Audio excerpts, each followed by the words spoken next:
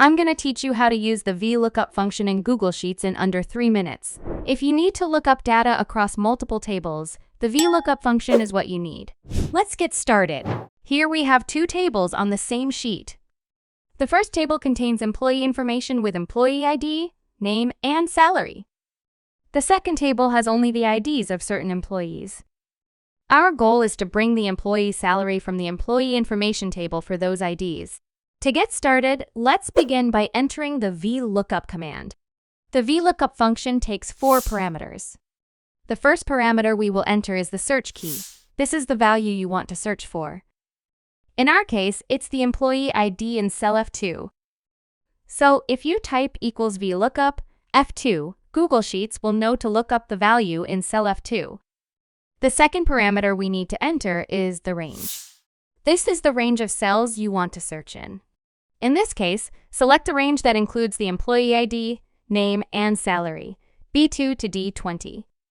After selecting the range, type a comma. To ensure that the range doesn't change when we copy the formula, we need to fix it. You can do this quickly by pressing F4 after selecting the range, which will add $signs to it.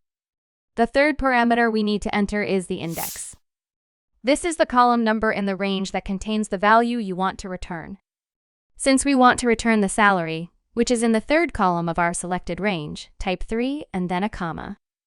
The final parameter we need to enter is the range lookup, which determines if we want an exact match or an approximate match.